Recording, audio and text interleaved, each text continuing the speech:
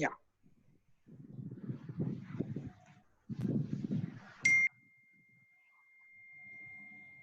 Dinesh?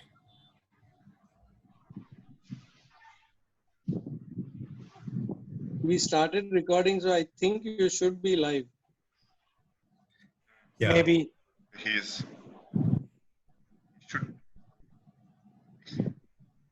Dinesh? Hello? Dinesh, are we live? Yes, he says Yes, start. start. Yes. Good evening. Good evening, everyone.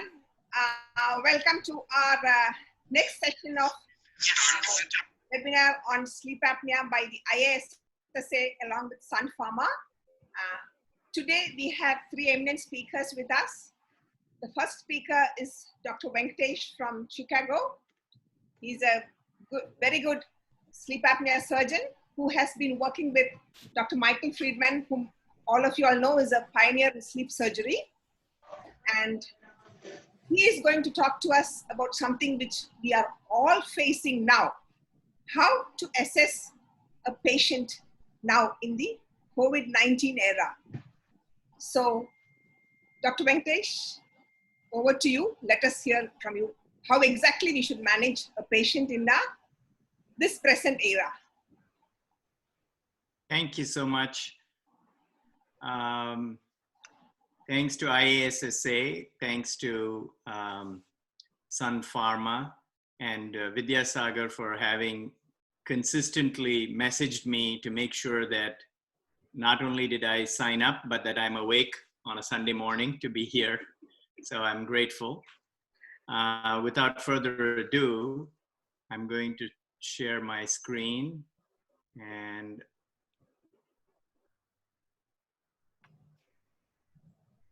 there we go. So I was originally going to talk only about evaluation.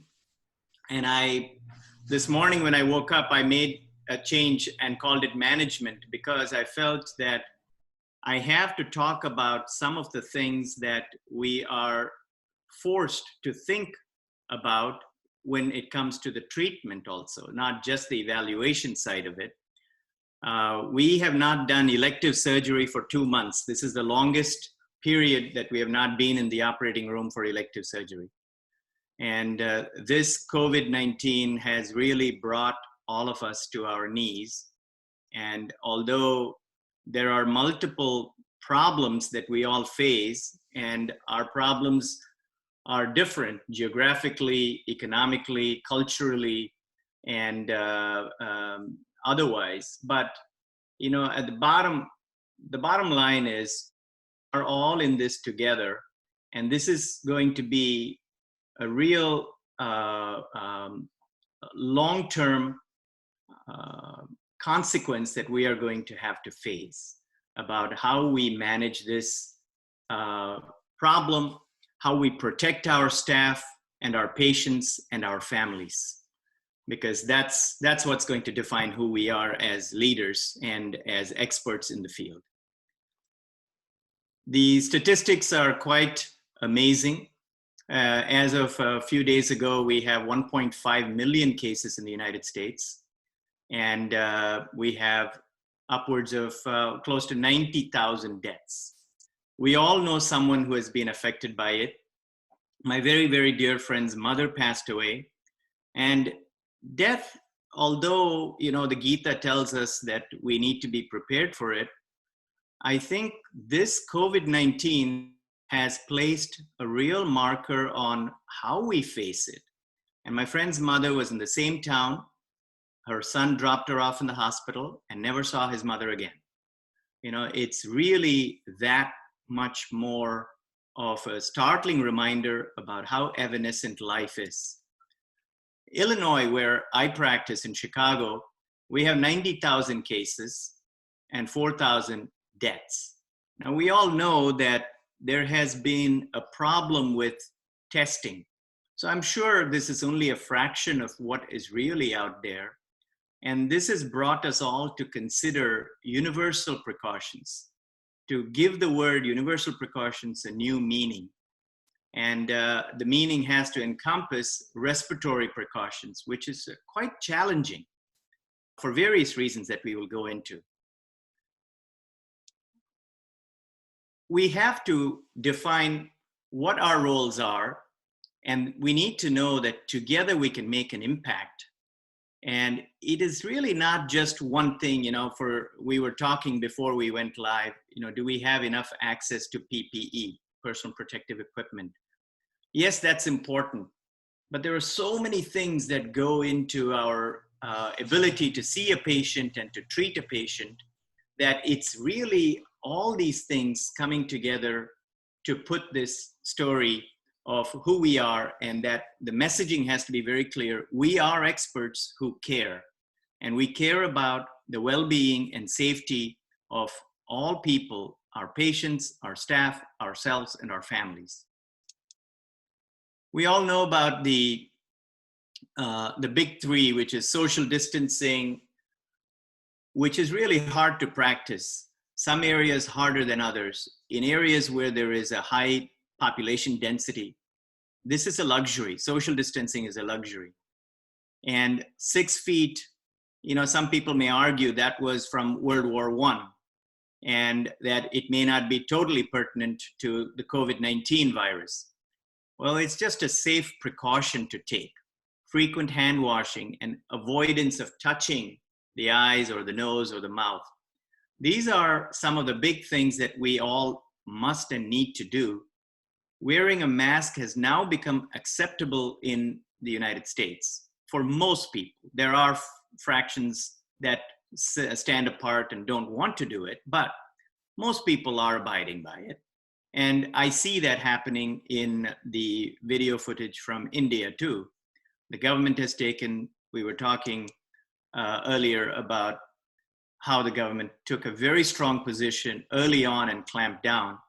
We were not that good here, and we kind of let this slip, and we're still trying to play catch up. And there is talk of a vaccine, but the vaccine is probably not going to be a reliable vaccine. Will usually take about 12 to 18 months from what I hear. So I think we're far from getting there. So we are not yet able to relax all our precautions, even if the lockdown ends. The way we manage sleep apnea in these times is we have been forced to work from home and to use gadgets, technology, and any means we can come across. There has been no good messaging from our academies, and we have put together, like you are, these types of conferences, web conferences, where we can share our problems and share our thoughts, and most importantly, share our solutions, so that we all feel not isolated, but together.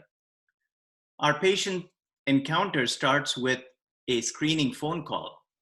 So somebody from our office is calling the patient and confirming the basic demographic information, as well as the height and weight to compute the body mass index.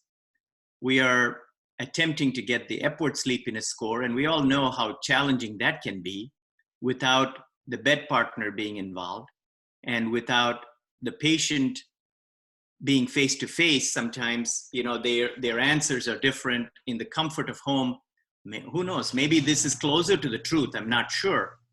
We try and get an idea of what comorbid conditions they may have, what medications they are taking, and pertinent to sleep apnea, whether they have been diagnosed before, have they tried a CPAP, have they tried an oral appliance, or have they had any operations.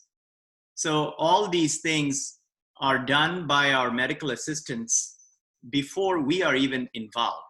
So when we are called on to the video, secure video conference with the patient, we have a basic idea about what this patient is attempting to accomplish, and we then can formulate in our minds a plan for whether we can provide that, because sometimes the ask is too high, and we have to be very clear about expectations and managing expectations and trying to communicate that it's not as if we have a magic pill, that sleep apnea is a long-term chronic condition with ups and downs, and we need to manage it to better outcomes and minimize complications.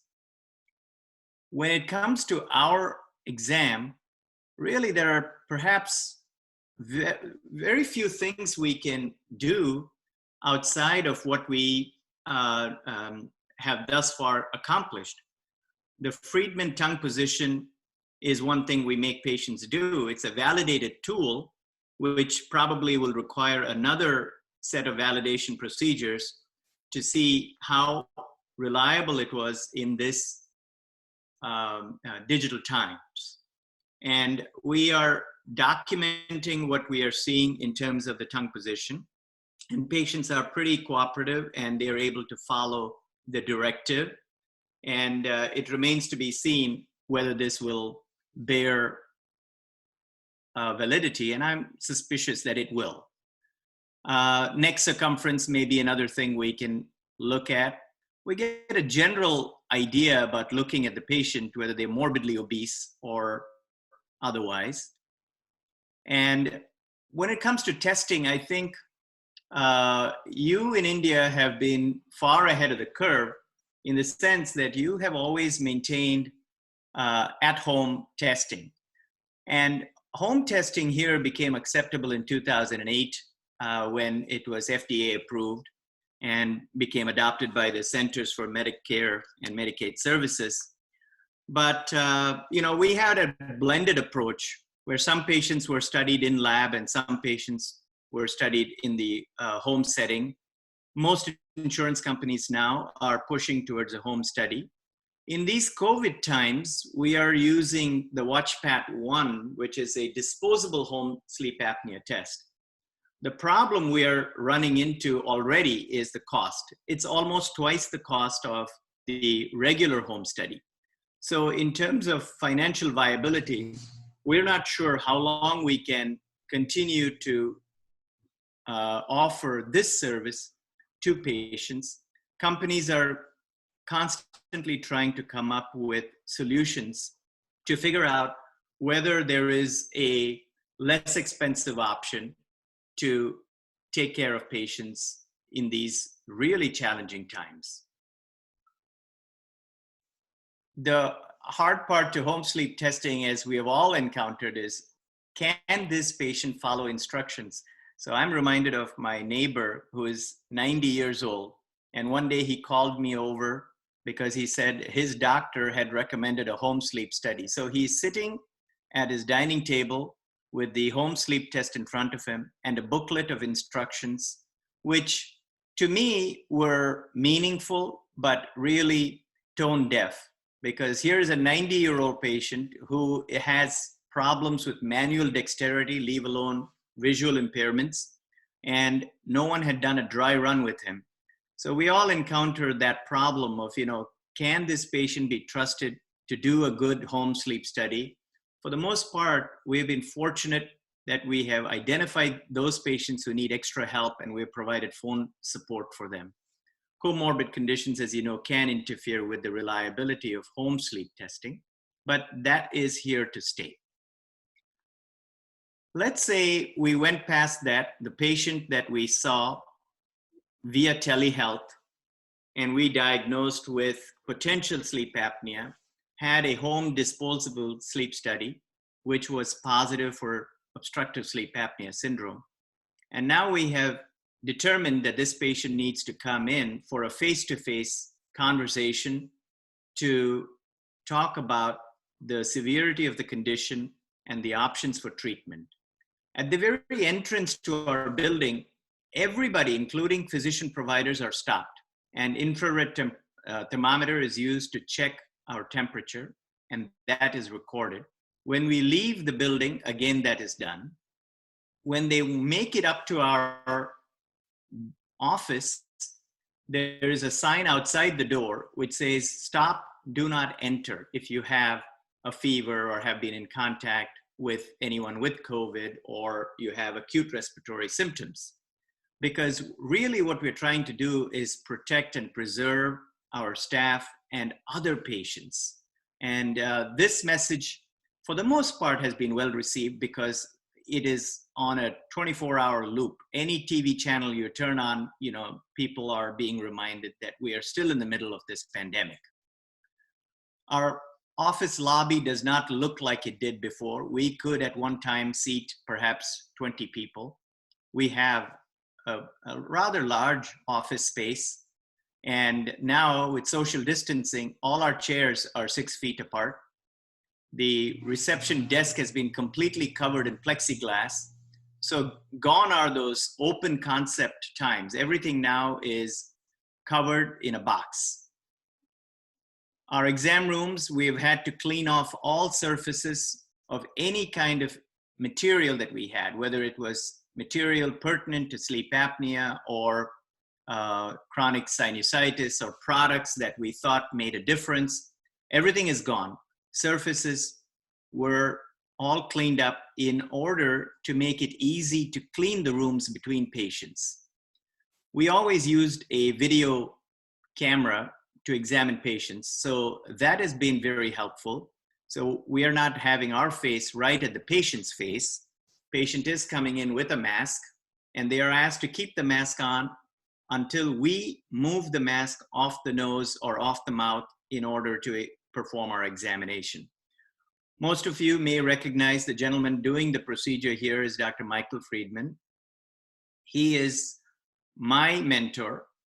I have been with him for more than 30 years. So it has been a tremendous journey of continuous learning, and I have nothing but the highest regard for him. So you can see how he is wearing a mask. He's actually wearing 2 masks, which are difficult to see. He's wearing an N95 mask, and on top of it, a regular disposable mask. Our N95s, we are recycling as long as they are not soiled.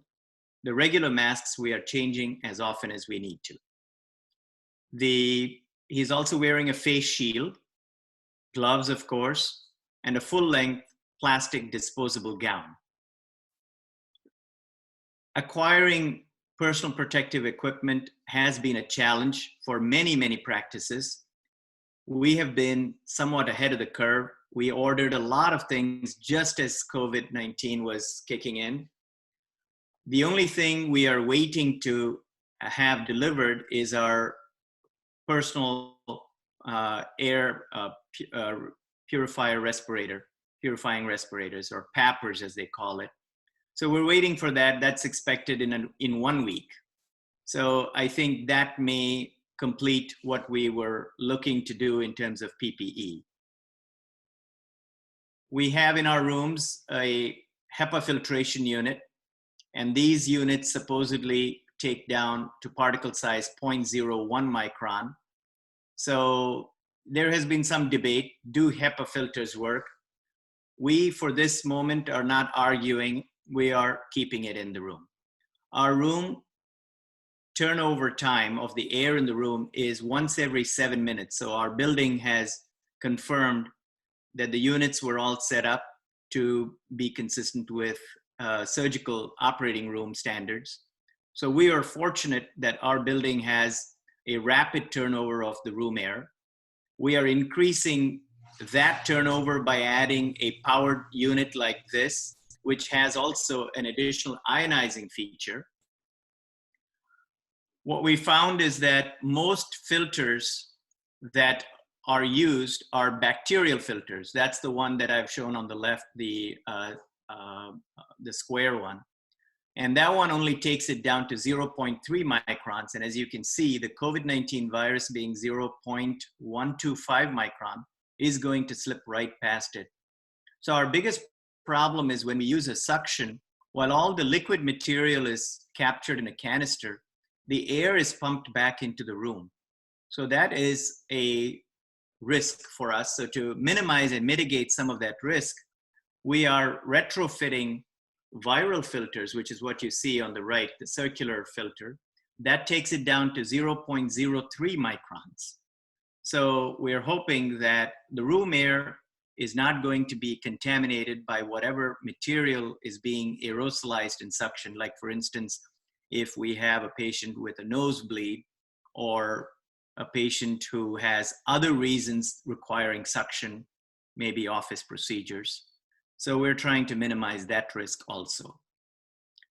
Between patients, there's a huge emphasis and training on cleanup. We're using various types of virucidal cleanup material. So this did not come quick or easy. Dr. Friedman has worked on various protocols, and we have had all our staff members engage, participate, watch videos, and sign a document that they feel comfortable having been trained in appropriate use of PPE and appropriate cleaning of the rooms between patients. So what we are also trying to do is minimize patient time in the office. So patients are not allowed to actually use that fancy lobby I showed you. They are asked to remain in their cars until they receive a text message that the doctor is ready for them. Only then are they asked to proceed to the office. They are also informed on the phone when they set up for the meeting that most discussion will happen on a follow-up phone conversation. So we don't try to counsel patients too much. We give them the nutshell findings. If they came in with a question about a sinus infection, we try and address it. And then we let them go, giving us a preferred time to reach out to them. And then we call and talk to them. So we are really trying hard not to keep these patients in the office for longer than they need to be there. Most of the material to discuss, we feel comfortable doing it over the phone. Having said all this, I would hate to be a patient at this time because I don't even know my doctor. I walk in, I don't even see my doctor. I see a person in a space age suit. I'm not even sure that is my doctor. All I see are his eyes. And, you know, gone are the times when you could have an engaging presence, a handshake, maybe a smile. None of those things are now on the table. They're all off limits. So these are very, very difficult times, and times are not going to change for the near future. And we need to embrace this. And while we can find many, many reasons why things are not up to our liking, we have to make do with the best we can, but we need to protect each other in this. In terms of therapy, once again, you know, you in India have been quite ahead with AutoPAP, and we've used AutoPAP a lot. We have obviously have those, all of us have had instances where we do need to bring patients in to the lab for CPAP titration for the difficult patients, or for various other interventions, those with mixed apnea, central apnea set up for ASV devices. But we are also now completely, we can say that we have trained all our sleep technicians. They are all now proficient in PPE, donning and doffing, removing appropriately, and handling patients. Because realistically, although the patient may come into the sleep center with a mask on, they are not going to sleep with the mask on. Even if they intend to, even if they're instructed to, the mask is not going to be on. It is going to be off. And we all know that the CPAP mask is not going to be a good seal. There are going to be leaks. So the entire room is contaminated. And if a lead falls off, the technician needs to wear all of his PPE to get in and fix it. So these are all realities that we are quite understanding of, but we need to constantly remind ourselves. Our surgeries, as I mentioned earlier, have been on hold. Elective surgery has not happened for 2 months. We are starting this week. Interestingly, you know, I left out palate surgery in this because I was talking with Dr. Friedman in preparation for today's meeting, and we stopped to discuss what do we do if we look at our surgical schedule of what's coming up. It is all nasal surgery and Inspire. There is no palate surgery on the on the table. And it's not really anything against palatal surgery. We are quite comfortable doing it. But when we offer patients various options, or maybe it's the type of patients we're seeing, we're finding that, you know, a lot of people are opting for these options. And we're just now signed up with the Nyxoah trial, which is what Dr. Clemens Heiser mentioned, the bilateral hypoglossal stimulation. So that's going to start. And our challenge is snoring only patients. In this country, most sleep apnea work is covered by insurance, but snoring being a non-medical problem, as they call it, we're really at a loss as to how to take care of these patients. We are resorting to an oral appliance and a pillar implant, both of which have to be paid for by the patient in cash outside of insurance. So this is not for all patients, and it's a challenge. You know, how do you manage these people and do the right thing? I mentioned earlier that, you know, we really need to ask ourselves in preparation for surgery, is this emergent surgery, in which case, you know, we have to do it with all the appropriate gear, versus elective. Our goal is to protect the staff and to be consistent in showing universal operating room respiratory precautions. Access to reliable and timely testing is a pipe dream in this country as well as there in India. Yes, it would be helpful if they had testing, but testing is never going to be the full story. There is a lag before the test becomes positive. And so you can have a patient who is infected and not yet positive on the test, or you can have a patient who is an asymptomatic carrier. And so we need to perform universal precautions, assuming everyone is positive. Access to PPE has been a challenge, personal protective equipment, and we have to do the best we can. We have to band together, maybe bulk order and share the cost at the back end.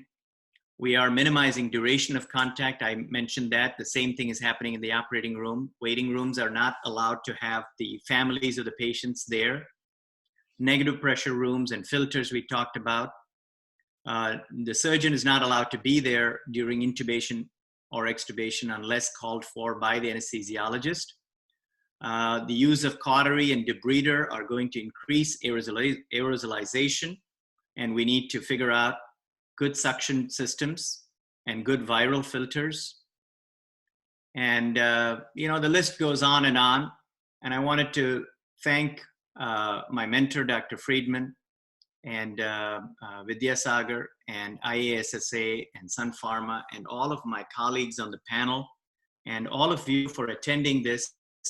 I did not, I hope, say anything that presumed to be endorsing any product. These are all just my experience with COVID in my practice. They may or may not be applicable, but being as amazing people that you are, all of you will adapt the technologies available at your end and incorporate the overall sense of being careful and taking care. And I wish you all the very best in these rather difficult and humbling times. Thank you. Thank you, Dr. Venkatesh. That was a wonderful presentation. Can I ask a question? You said we shouldn't use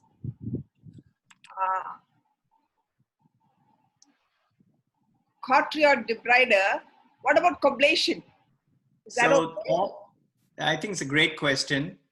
From what we understand, and there have been no real studies, any attempt to vaporize tissue, and these are all shades of gray, any attempt to vaporize tissue in a patient who is infected with COVID, you will be vaporizing and aerosolizing viral particles into the air. That is the theory. Now, I do not know in practice. Now, in our operating room for elective surgery, if a patient is COVID positive, we are not operating unless it's emergency surgery. So hypothetically, we are not going to be experiencing major problems, and it's going to be the exception rather than the rule. But it's a great question. I don't know the real answer, but apparently radio frequency is not completely free of the problems of aerosolization. Thank you. Any other questions from any of the co-hosts? Hi, Dr. TK. Yes. Wonderful question, a wonderful talk by you. So the question I have is, in the OPD, when we do endoscopies, apart from the mask that you have for the patient, through which you said that you will make a small hole through which you will pass the endoscope, is there any other precautions that we need to take other than the HEPA filter that is staying in the room? I think the key is there is going to be inadvertent coughing or sneezing of patients. They are going to contaminate the room. So we need to protect ourselves. So when we're doing the procedure, we are not allowing anybody else in the room. No staff member is in the room when we're doing endoscopy. They set up the room, they set up the patient, and they leave. We're not spraying a decongestant in these patients. If need be, we're using topical medication on a pledget or cotton and placing it in the nose.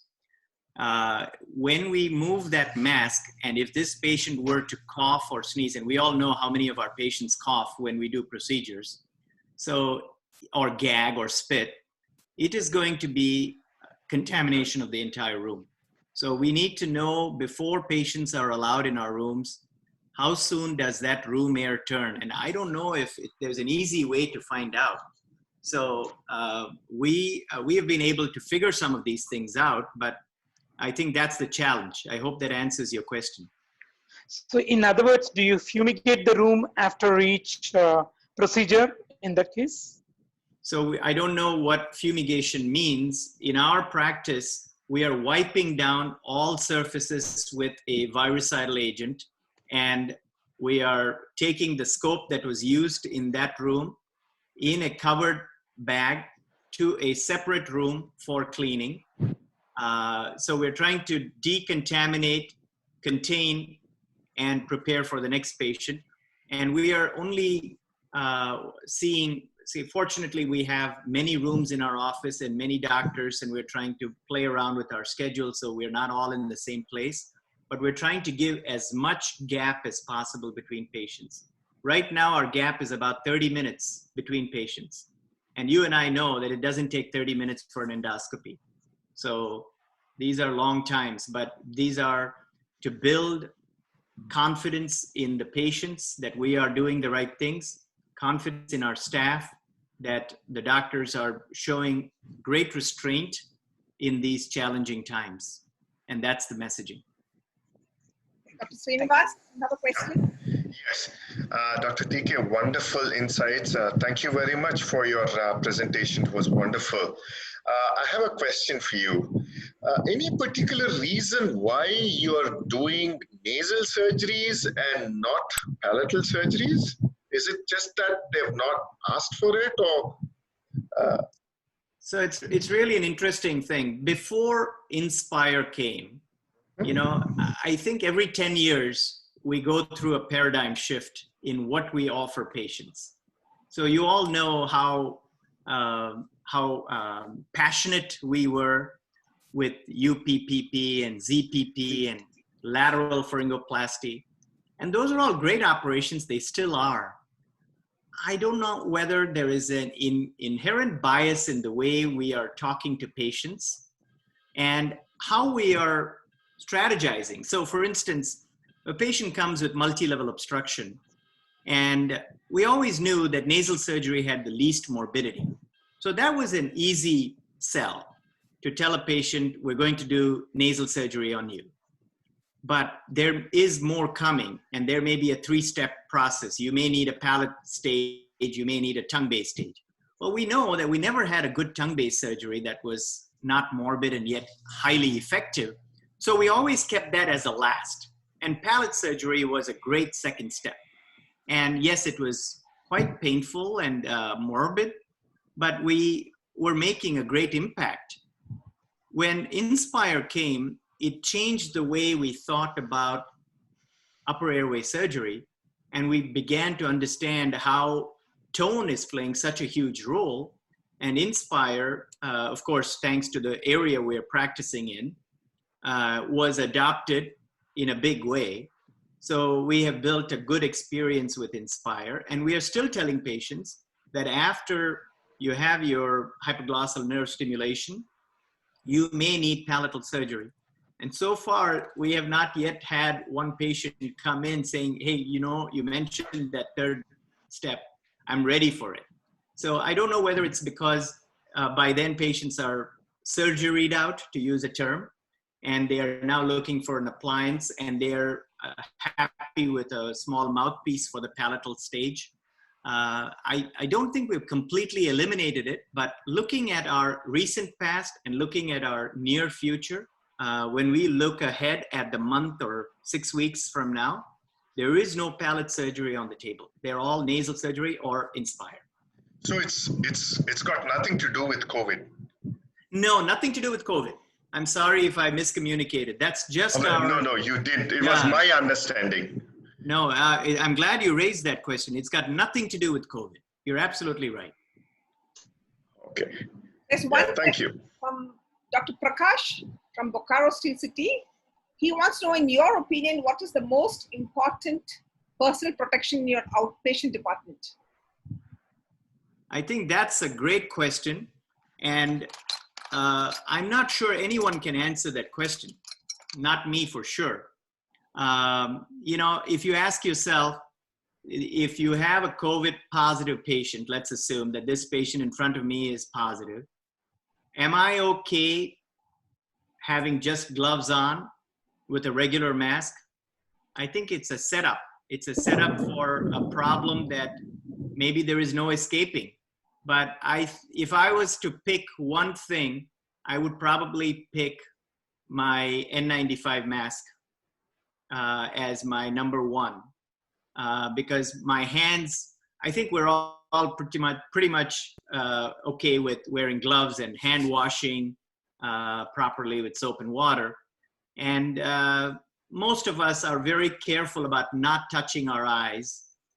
So, you know, I think we can all relate to that. So maybe N95 may be my number one. There's another question from Dr. Yogesh Singhal. He wants to know, don't you think that nasal surgeries are also equally dangerous? I am absolutely in line with him. Now, again, that last slide about surgery was not pertinent to perhaps this COVID times. But now that so the time to open up surgery, elective surgery, is driven by many, many factors. One is the prevalence in the community of COVID. Number two is when I say your community, it means the place where you're practicing. Your own hospital capacity has to be there where they have enough hospital beds to house your patients if need be, enough ICU beds, and enough ventilator capacity. So the hospital did not allow us to start elective surgery, nasal surgery included, throughout this time. Now they have the ability to consider this because they have enough capacity. So now they're opening it up. Now we are going to be completely protected as best we can, even for nasal surgery. And I do not want to minimize, I'm so glad he raised that point. Nasal surgery is equally a significant risk. And yes, we have to take that very seriously, and we are. Can I ask one question, Rajni? Yeah. It was a wonderful presentation as usual, Dr. Venkateshan. Thank you. So what is your advice or suggestion on doing a polysomnogram at this time and doing a CPAP titration in these patients now? Are you talking about in lab? In lab. So in lab, we have not opened our labs yet. So Okay. these entire 2 months, we have been under complete lock. So if we are going to open, what are the precautions we should take? I think the first thing is we have to walk through every room in our sleep center, or forget about the room. We have to start with the front. We have to make sure that patients who are coming for the sleep study are not coming with family. Yeah. They have to be dropped off and they should walk in with a mask on. So we have to have the staff, the sleep technicians or receptionists completely trained to wipe down and to wear proper equipment, personal protective equipment. We have to, when the patient enters the room, so you have to look at your room. There has to be nothing in the room that is going to potentially act as a fomite and transfer infection to the next patient coming for the next study. So fortunately for us, because it's a nighttime study, the next nighttime study is 12 hours away roughly. So we may get lucky with that amount of time to clean the room. All sheets need to be laundered. The curtains need to be cleaned.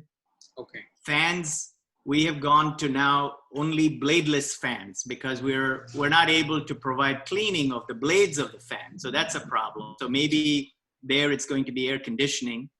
And hopefully the air conditioning is not going to recirculate viral particles and contaminate spaces. So all that needs to be looked at. How is the air conditioning ducting going? Is it going from the patient room into the sleep technician's monitoring room?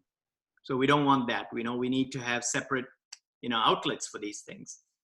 The electrodes that are being placed on the patient, it's easy for some of us to say, why not use disposable electrodes? Well, it adds to the cost of care. So that's not a practical answer. So we need to have complete cleaning of that equipment too. And let's say the technician needs to walk into the room to adjust a lead or to adjust the mask. They need to be wearing a full equipment.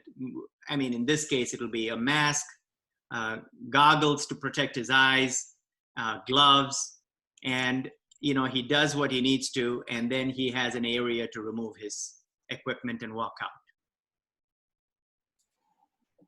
Dr. Seema, Anjani? you have a question? Yeah, I do. I won't waste too much time complimenting you, Dr. Venkatesan, because they're always obviously there, and it was wonderful insight into everything that you said. I have a little practical issue. So now we know that when we are evaluating a patient of OSA, we've got our clinical judgment, we've got the Epworth sleepiness scale, we've got the Scopy, we've got DICE, and we've got imaging. Now, out of all this, we've really stopped at just a sitting position Scopy, not even a lying down position Scopy. So in our counseling, how are we actually coming to a conclusion in the present situation? I'm talking about the present situation. How do we go about counseling when we are not really aware of what are the other issues that the patient could be facing? So we are only seeing the nasal part. So we are ending our treatment counseling to be done to the patient at a flexible, awake, sitting down Scopy. It's a great question. So I think what we all know is there is yet to be developed a reliable marker for sleep apnea in the sense of where is the level of obstruction when this patient is asleep. So there have been surrogates. We have looked at patient history to suggest problems. Like if a patient comes in saying, during the day I have severe nasal obstruction, and we look in the nose and we see a deviated septum and significant turbinates, okay, that may be an easy sell to say, okay, this patient is going to need nasal surgery. We look at a Friedman tongue position, and let's say its tonsils are only 1+, the palate is a 3, tongue position 3, where the tongue is very, very prominent and the palate is floppy. We're going to say that there is significant palatal and tongue base obstruction. Now, if there is one thing to pick, what would I pick? I don't know. So we thought DICE may be the answer. Now, we all know the problems with DICE. It has been kind of, a little bit of a letdown. And maybe it's because we placed a lot of faith. We were so desperate for an answer that we jumped on DICE. And DICE told us a lot of things. And you all are familiar with that paper by Su and Jacobowitz, 2017 Journal of Sleep Medicine, where, you know, they looked at people, they did DICE. These are all moderate sleep apneics. They did DICE and they said there is 3 groups. You know, there is no no tongue-based obstruction, partial obstruction, and significant obstruction. And then they did only one surgery. It was palatopharyngoplasty. And they looked at outcomes, and they found that irrespective of what DICE told them, whether there was tongue-based, zero contribution, partial, or significant, that all 3 groups had a very comparable AHI with a single level of intervention of palatal surgery. So DICE, of course, that is just one paper, but, you know, I just mentioned it because DICE has been less than optimal in determining where is the level of obstruction. So in our practice, while we can, you know, say with a certain degree of certainty that there is significant downstream obstruction beyond the nose, in terms of which one is the most significant, is it the palate, is it the tongue, is it the epiglottis? We don't know. And in this country, it's insurance driven. So for us to do a DICE, it has to be, again, approved by insurance. And let's say we get across that and we do a DICE, we're still not sure that that answered all our questions. So answer to your question is, yes, we paint a composite picture, but no, we are still looking for that elusive single step to determine what we should be offering our patients. So some are very easy. If we see a huge tongue base, we know that, you know, we're going to fail in that particular area. So we have to think about something there. But these blended problems where you have some contribution from the palate and some from the tongue and some from lower down in the hypopharynx, we don't know what to tell them. So aggressive ablative surgery is being replaced by you know, something like hypoglossal nerve stimulation in our practice. Thank you. That was a good insight into DICE. Srinivas, I think you also have a question. You're mute, Srinivas. I can't hear you. Okay, now I can hear you. One question very quickly. So who's, you can choose not to answer it. So who's paying for all this extra PPE? We are. As physicians? As physicians. Our group, we, for instance, we just ordered the personal air purifying respirator. It is not supplied by our hospital. When we asked our hospital, we're starting surgery, we need these PAPRs, which are 150 times more effective than an N95 mask, supposedly. So we said we want that, and they said they have 6, and we have 20 operating rooms, and they said that they are reserving those for people who are doing joint replacement and other, you know, procedures. So we are not on the top of their list. So we just went ahead and ordered. So we absorbed the cost of all the equipment we ordered. And Dr. Friedman has been relentless. 2 months we have not seen patients. I don't think that man has slept. He has been on the phone and on the computer ordering things from anybody who will supply, you know, plastic gowns. And some of these orders were placed 6 weeks ago, and only now they are showing up.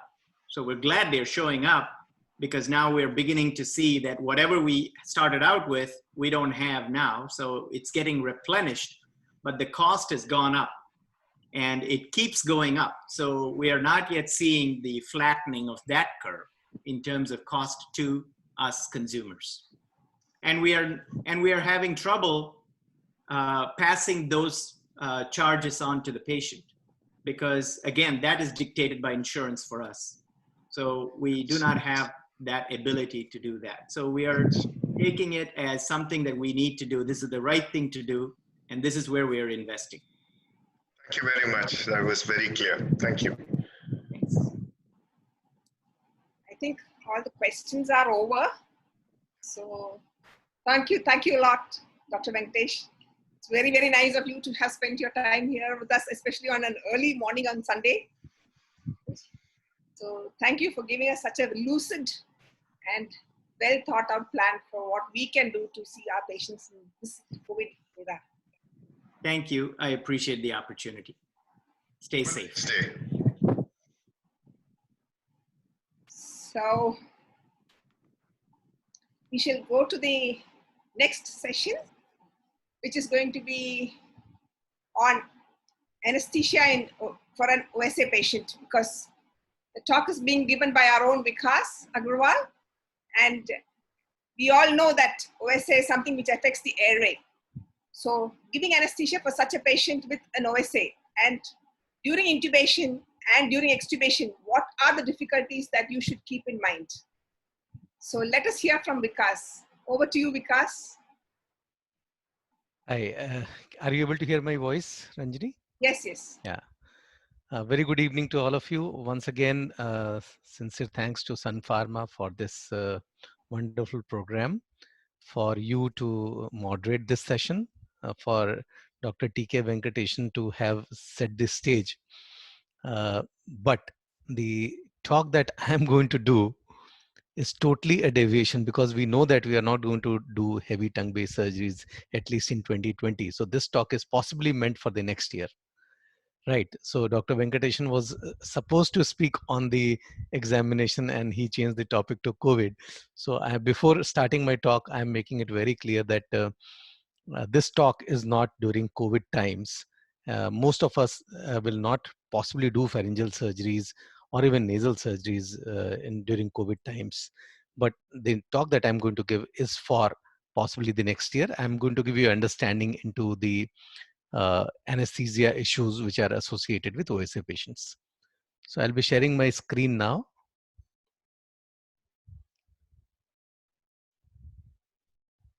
Are you able to see my screen, Ranjini? Yes, we can see. Yes, yes, we can see. Okay, just give me a moment. Let me.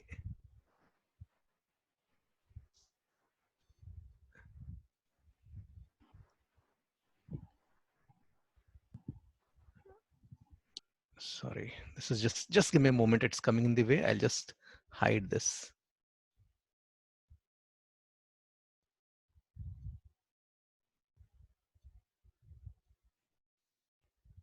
Sorry, Vijay, just give me a moment. Yeah. No problem. Is it okay now? It's fine. Perfect. So when we talk of obstructive sleep apnea patient, as Ranjini just said, this is an airway emergency. When this patient is for surgery, it's an airway emergency, because you are operating on the airway in a patient whose airway is compromised. So more than doing the surgery, the anesthesia becomes important, because you are going to work from the same airway. So we all know that we have to avoid use of opioids, both in terms of injections as well as tablets, because opioids will give a patient sleepiness, and this patient is already a sleepy patient, and the moment he goes into sleep, the name is obstructive sleep apnea. The moment patient goes to sleep, he goes into apnea. So his breathing stops the moment he goes into sleep. Therefore, we know that we have to avoid opioids, but this is something that everybody knows. So I'll not spend time on this. I'll be spending time on what are the anesthesia considerations, how to anticipate difficulty in intubation and extubation, what is the use of a true view laryngoscope or a fiber optic awake intubation, what is the use of laryngeal mask airway if there's an emergency for rescue, and how a simple nasal airway is so important in obstructive sleep apnea cases. So most important thing is to understand the dilemmas that we face during intubation and extubation. Because now that you have examined the patient, you have done the sleep study, you have done DICE, you have done cine MRI, whatever you want to do for evaluating, for deciding on which surgery is to be done, then finally when you are going to take this patient on table, you're going to intubate that patient, and you are also going to extubate that patient. So while intubation, what problems are going to come? What is the dilemma? And while extubation, what are the factors which are going to give you a problem? So typically we are trained, our minds are trained to think in terms of BMI, AHI, Malampati score as suggesting that the airway is difficult. Body mass index, if the patient is obese, we understand it's going to be difficult intubation. If the AHI is more, if it is like 70, 80, 100 AHI, we think it will be difficult intubation.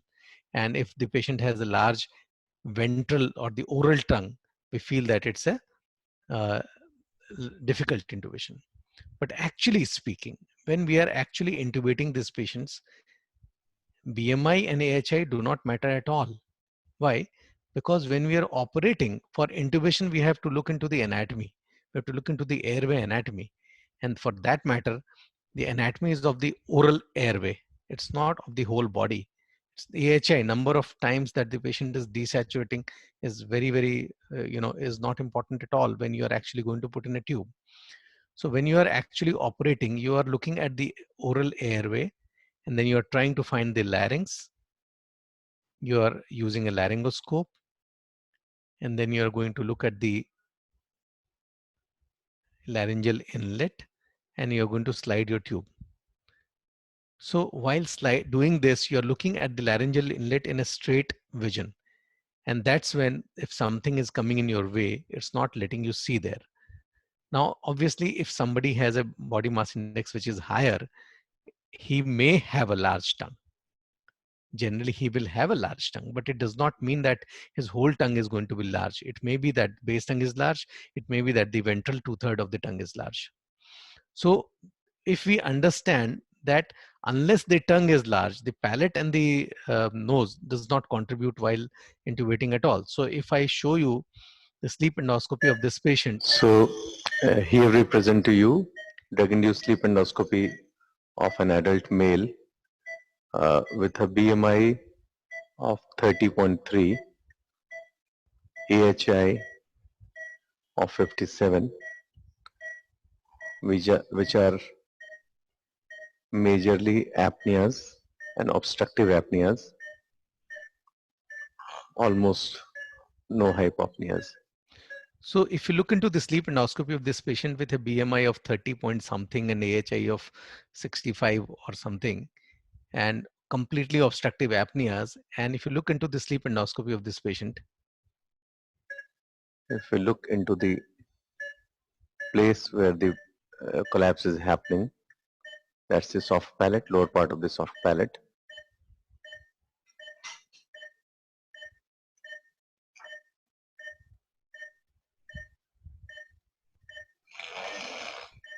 Okay. You can see his base tongue and epiglottis is not big. You can see the vallecular well. This is the tonsil. This is the lower pole of the tonsil, and that's the upper pole of the tonsil. This is the base of the uvula. The tip of the uvula is here. That's the base of the uvula, and you can see the upper pole of the tonsils coming closer, creating a predominant. so you understand that even this patient had a high BMI and high AHI, his collapse is absolutely at the soft palate level. It's not there at the base tongue level. So whether the soft palate is collapsing, whether the collapse is happening more than 60 times a minute, an hour, or as many number of times, it doesn't matter when you are intubating. On the other hand, if you see at this patient whose BMI is just 22.3, the body mass index of this patient is only 22.3 and the AHI is only 10. And in this patient, if you see, the epiglottis and the base tongue is collapsing. So BMI and AHI are, you can have an idea, but they are very poor predictors on what you're going to get inside, what surgery you are supposed to do, and what problems are you going to get when you're intubating or extubating this patient. So with a BMI of 22 and AHI of 10, you can see the whole tongue base and the epiglottis collapsing. So this kind of discovery in a lot of patients have led us to think about the whole airway having two segments, upper segment, which is the nose and the soft palate, and the lower segment having the base of the tongue and the epiglottis. So if the problem is only in the upper segment of the airway, even if the AHI is say 200, how does it matter? It's the number of times that the airway is collapsing. If the BMI is 40, but it's only the upper airway, if the tongue is not large, when you are operating, when you are going to intubate this patient, you put an oral airway, you're bypassing the upper segment. So now the nose and palate has nothing to do. You can very easily ventilate this patient and you can very easily intubate this patient. So more important than BMI and AHI is the location of the obstruction in the upper segment or the lower segment. So now in the lower segment, which is tongue base and the epiglottis, again, tongue has got anterior two-third and the posterior one-third. Posterior one-third we call base tongue. So anterior two-third is responsible for Mallampatti or Friedman classification. Anterior two-third of the tongue is oral tongue. It's not the pharyngeal tongue. The pharyngeal tongue will cause obstruction of the airway. Oral tongue will not cause the obstruction of the airway. And you cannot look into the pharyngeal tongue by looking into the oral cavity.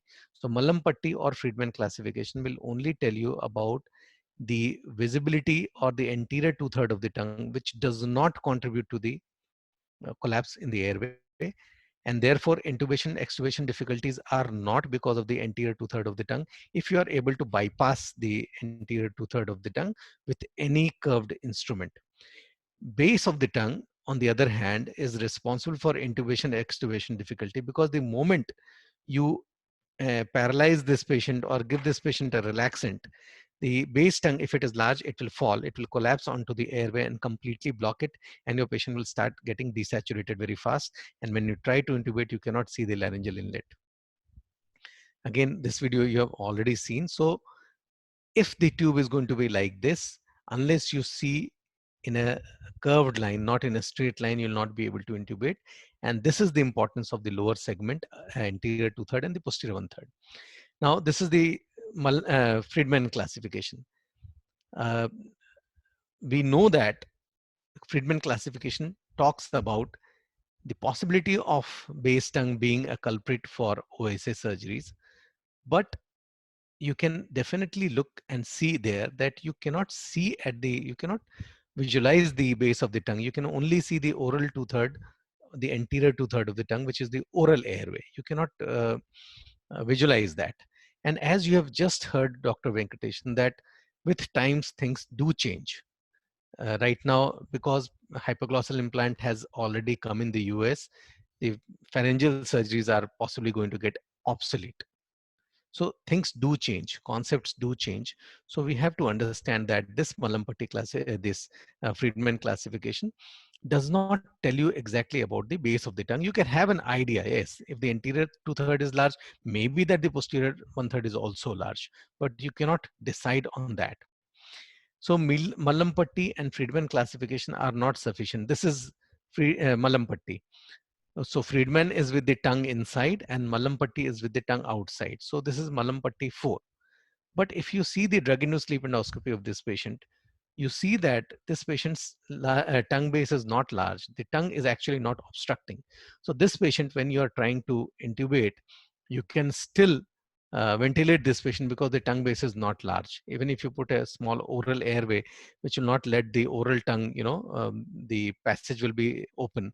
The tongue base is not large and you need not actually operate the base of this patient's tongue.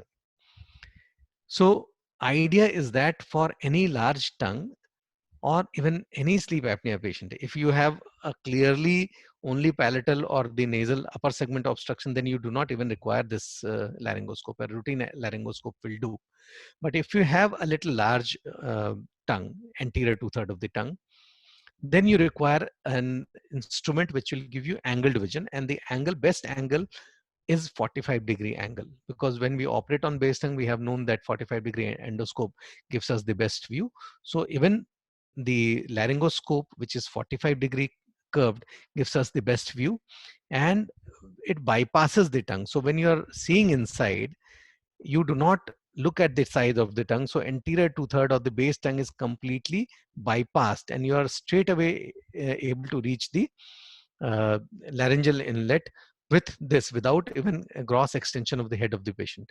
So this is how, when you put the laryngoscope inside, so your anesthetist should be well equipped with um, availability and use of a laryngoscope which looks at an angle, and he should be able to put in the tube without any difficulty, because this is not a direct vision, this is looking onto the monitor and putting in the tube.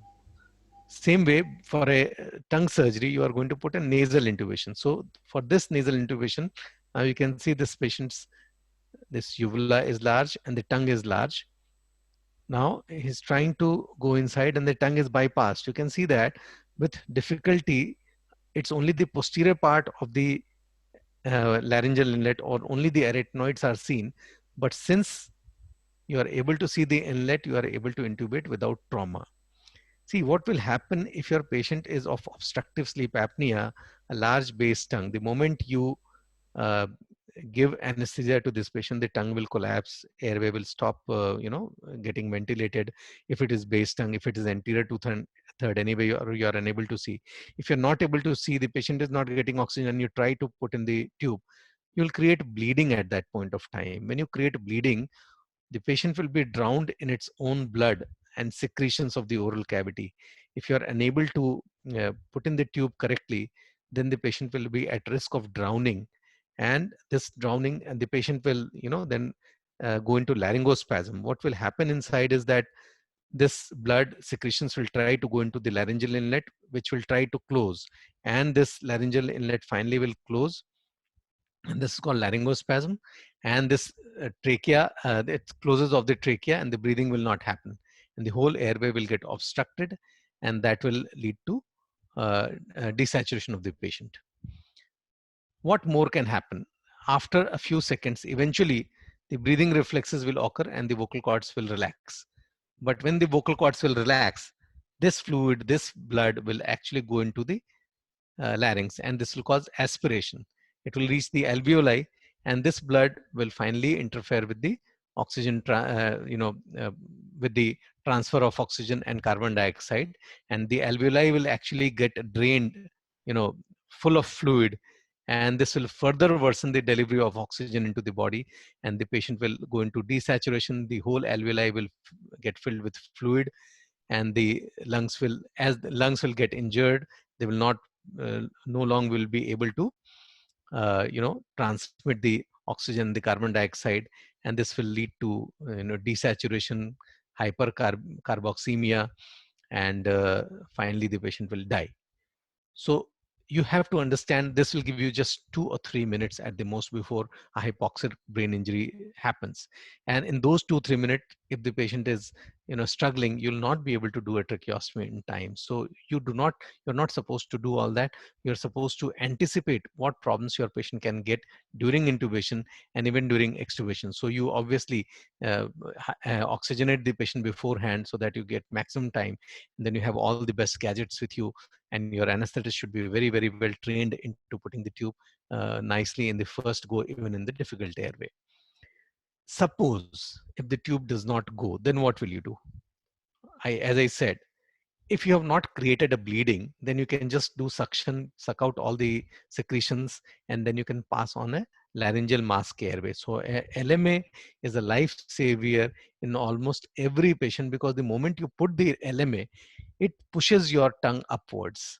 So the tongue is no longer pressing onto the airway, it's pressing onto the LMA.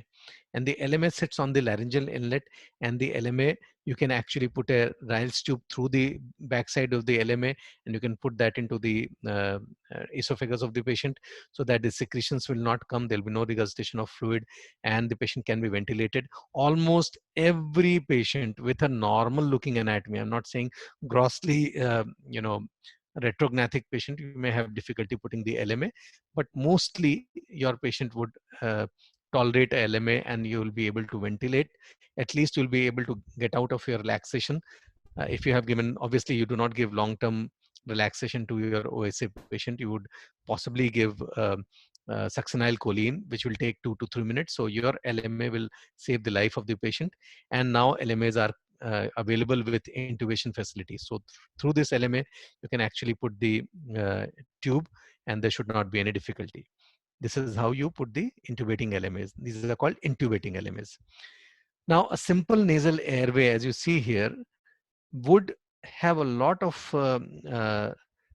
importance both in the preoperative and the postoperative period, because once you are uh, oxygenating the patient, if the nasal airway of this patient is not open, then you have to keep a oral airway for the air to pass inside. But if the nasal airway is open, then the mouth you can remain closed and the tongue base will not fall back. If the mouth is open and the tongue is large, it will tend to fall back behind. And even when you try to ventilate, because the tongue is compressing on that, even in a large patient, even your oral airway will not be able to be passed. So if you put a small nasal airway and you ventilate, every patient will be easily ventilated, and then you have all the time to intubate this patient. Similarly, while extubating the patient, we know that when the patient comes out of anesthesia, he is still not completely out. His muscles are still relaxed, not completely out, because if you let the patient completely out of anesthesia, then he'll start struggling on the tube and he'll go into laryngospasm. So you have to get the patient as out as possible, but still this patient is not completely awake. Since he's not completely awake, his tongue is still falling, his muscles are still not having proper tone, and his airway is still compromised because of the poor muscle tone. And because this patient is not completely awake, therefore he has been tolerating this tube. Once he's completely awake, his reflexes are totally there, he will not tolerate your endotracheal tube. So you have to get this patient immediately before he comes completely out, and then at that point of time you have to give CPAP. So this is CPAP that the anesthetist gives. Now, how does this CPAP work? You have done a pharyngeal surgery. You're not going to put a oral airway, because the oral airway will again go and sit on your soft palate and the base tongue. So at this point of time, if your nose is open, then you can give the CPAP. So, and again, as I said, CPAP will work best when the tongue is not falling onto the airway. That means when the mouth is completely closed, your CPAP will work with the least resistance. So keeping a small airway pre and post surgery is very, very important to achieve a very easy, smooth extubation also. Now this video, we are showing this. Take it out in a minute. Now this Show me patient, your tongue. palate and Very base nice. tongue operated, and we have this nasal tube. We have let it remain till the patient is fully out. See, oral endotracheal tube patients cannot tolerate, but nasal tube they can tolerate for a longer time. Once the patient is completely out of anesthesia, then you extubate the patient, but do not pull out this tube completely. Let it remain in the nasopharynx. So this is still acting as a nasopharyngeal airway, right? And then once the patient is fully out and you know that he's completely showing his tongue as I just showed, then you can simply put this, take out this tube. Sorry. Oh, I'm sorry. This slide was not supposed to be there. So when you are performing multi-level surgery with large base tongue, either you extubate the patient immediately, as I showed you just now on the table, or you keep the patient in the ICU with nasal intubation for 24 hours, which we normally do as an alternative to tracheostomy. Tracheostomy is the best for large base tongue patients, but we obviously cannot perform tracheostomy in every patient with large base tongue. So as an alternative to tracheostomy, we keep the patient in the ICU with nasal intubation for 24 hours. So again, your nose becomes important. And you can see that this patient in the ICU, obviously though depressed, but he's tolerating the nasal tube in the ICU easily. And this is the next morning. And then if required, we can see inside from the other nostril, we can go put a small scope and look at the base tongue, look at the laryngeal inlet, see that there's no edema, there's no bleeding. And then we can actually make the patient propped up and extubate the patient after 24 hours. Just try to relax. Now after 24 hours. अभी आप गले में जो भी है ना उसको बाहर निकाल दीजिए फिर से जैसे पहले बाहर लाए थे ऐसे निकाल दीजिए बाहर लेकर आइए. So you can see this patient. So this patient is absolutely awake after 24 hours. And the chance of secondary bleeding is also, the primary or reactionary bleeding is also gone. So we know that the issues in base tongue surgery are post-operative edema and post-operative bleeding, and we have to be prepared for that. And if required, we have to be ready for a tracheostomy.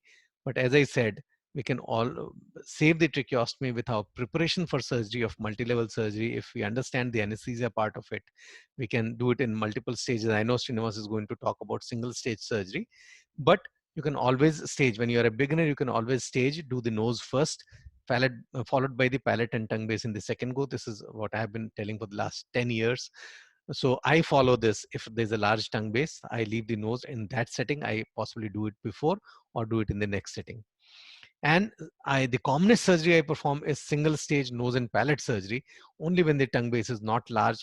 This is again thinking about the anesthesia, because the large tongue base can cause apnea even if not operated. So that's very important thing. And you must remember that a bleeding in the tongue base area can be the most troublesome thing, whether it is on table, whether it is secondary bleeding after some time.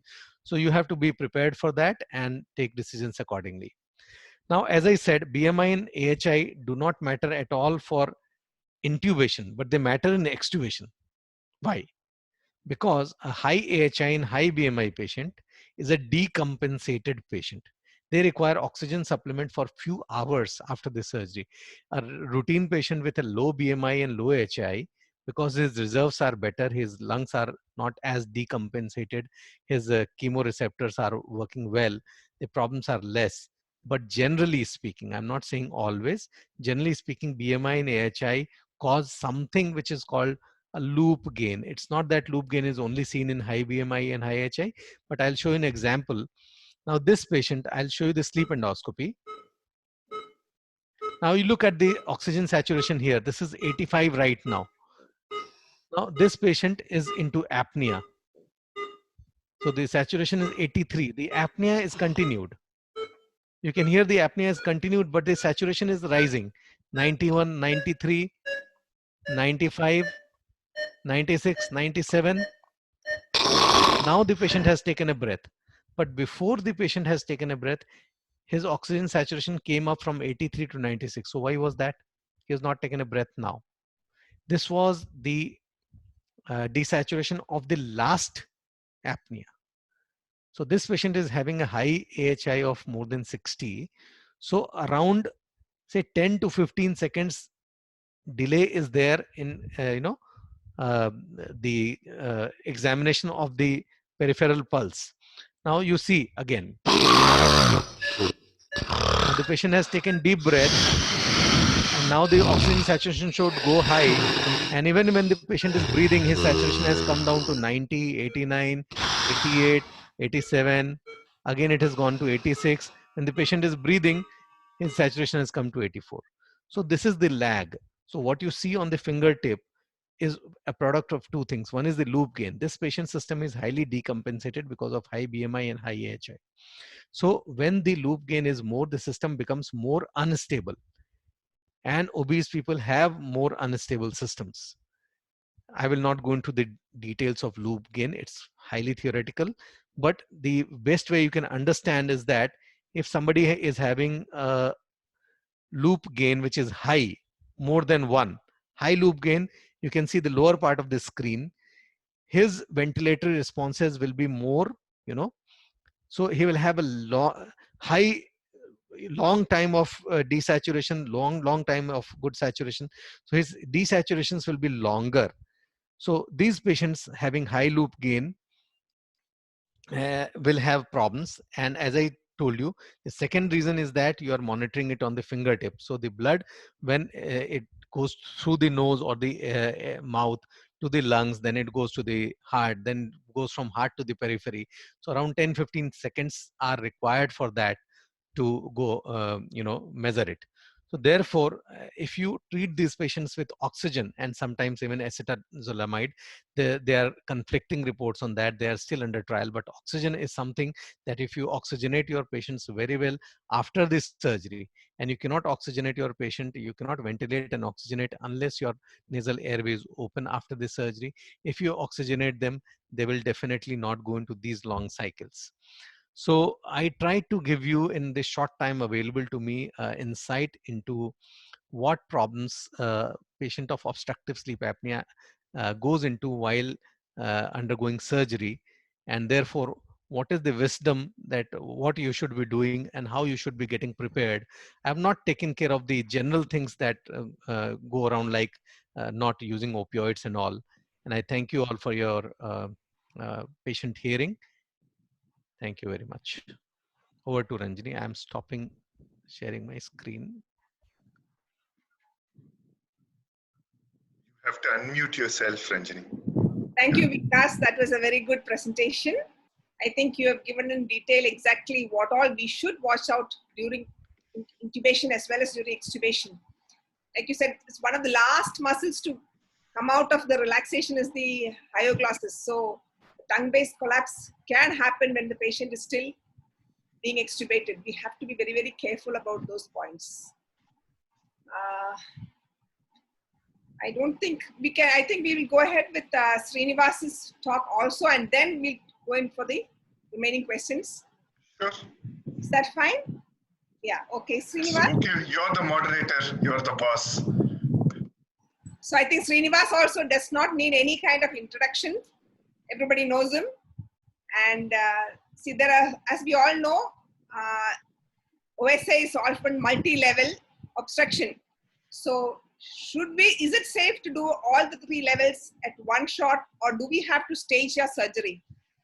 So let us see from Srinivas exactly how we can do it safely. Over to you, Srinivas. Hello, everyone. Good evening. Thank you, Sun Pharma. Thank you, IASSA. Thank you, Ranjini, for moderating this session. And thank you, Vikas, to have laid the platform for the talk which I'm going to give, which is titled The Safety of Single-Stage Multi-Level Procedure. Now, whenever we do any surgical procedure in OSA for sleep apnea, it's like, you know, how the elders used to tell us, there is a ghost there, there's a ghost there. You know, there is some amount of fear that comes in. So as the statement goes, surgical procedures performed in patients with sleep apnea have traditionally been dangerous and potentially life-threatening. It's like saying, okay, there is the ghost there. So all that statement basically, and all this talk basically boils down to one single statement: which is safer, single stage or staged multi-level? When we say single stage, I'm talking about single stage multi-level or staged multi-level. So in the next few minutes, dear colleagues, I'm going to take you through all the facts that are out there and our own experiences as IASSA. And I'll put it out in front of you and you can be the judge. But whatever I'm going to present to you will actually help you to take a decision whether you would want to do all the procedures in one shot or you would want to stage them. So the answer to this question is like asking which is better. Is Airbus better or Boeing better? The answer is there is no clear-cut yes or no to everything.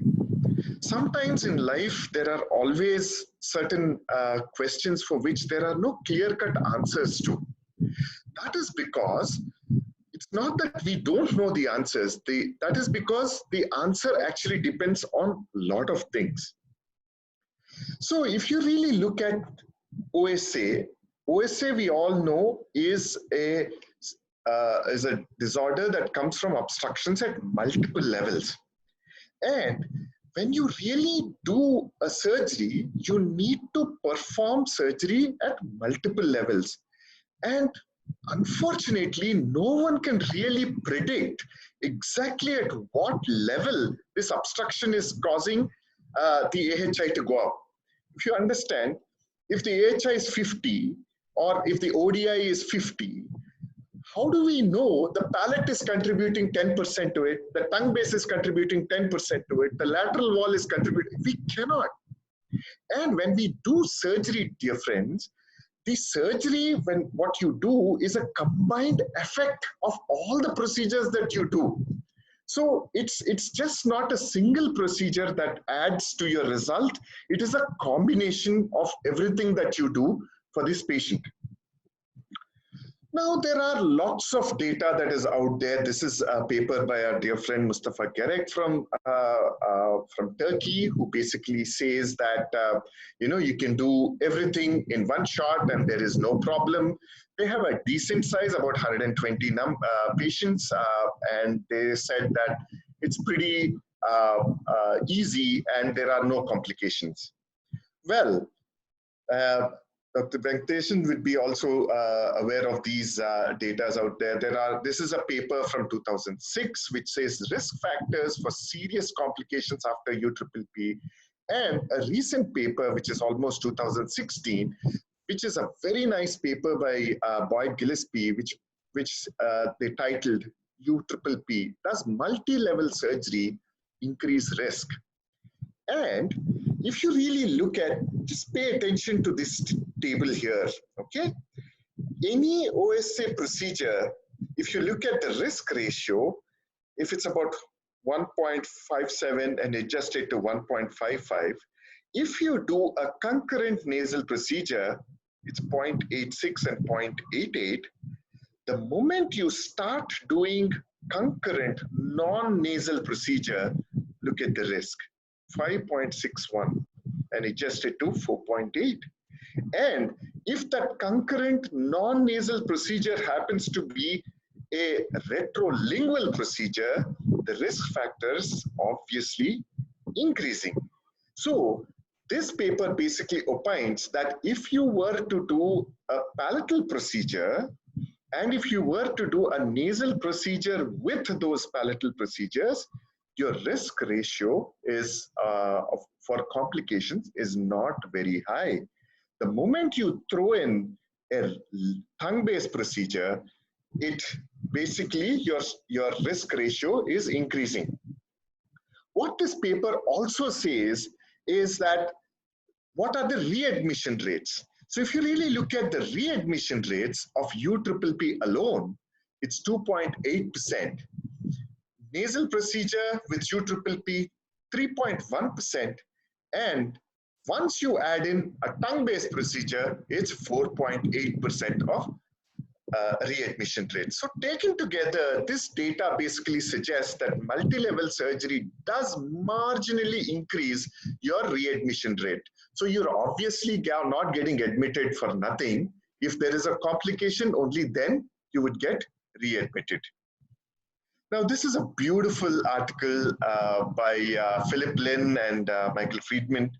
And this is basically about multi-level surgery, wherein there was a nice subheading to multi-level surgery, and wherein they said, single-level multi-level surgery can lower total hospitalization expenses when compared to multi-stage surgery. And here in India, that is an issue because costs we're always trying to cut down. And nowadays for patients, we are also trying to save time as much as possible. What you should also understand is that OSA is a progressive disease. So once you do the nasal surgery and pause for some time, the disease doesn't pause there. The disease keeps on increasing, and how it is increasing and the rate of increase, nobody can predict. And they opined, on the issue of single or multi-stage procedure, our opinion is that it is safe and efficacious to perform multi-level surgery in a single session with adequate post-operative monitoring for selected patients with OSA. So what you need to understand and what Vikas till now spoke about is these two very important points: adequate post-operative monitoring and adequately selecting your patients whom you want to do multi-level surgery for. Now let's go a little further. So all this basically boils down to two things. One is it boils down to patient's factors, the disease factors, the hospital that you practice in factors, and you as a surgeon factors. and on the other hand, weighted against all the anesthesia factors that Vikas just spoke about. So your decision whether it is you're going to stage your patient or you're going to do all of them will basically boil down to these two broad criteria. So let's address each one of them separately. Now, patient factors. Age is a very important factor. The older the patient, obviously, if you have a 70-year-old patient and who is not able to basically adhere to his CPAP treatment, you will not do a single stage multi-level surgery which will involve a zeta palatoplasty or a midline glossectomy.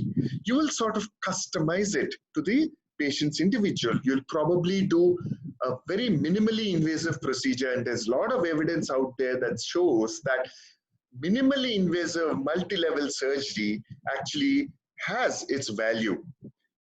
Occupation of this particular patient, where does he come from? What does he do? Is he a software guy? Is he a high-flying bank executive?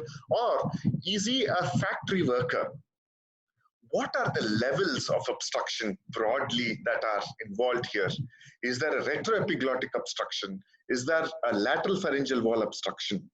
And the complexity at each level. For example, if a person's got a tongue-based obstruction caused by lingual tonsils, it's not a bad thing. You can definitely do it like any tonsillectomy. But if it's a muscular bad tongue base, because this is going to have high morbidity levels, and because Inspire is not going to come, or Nexa is not going to come to India in the near future with all the complexities that are involved, and we still have to do our tongue-based surgeries the way we've been doing traditionally.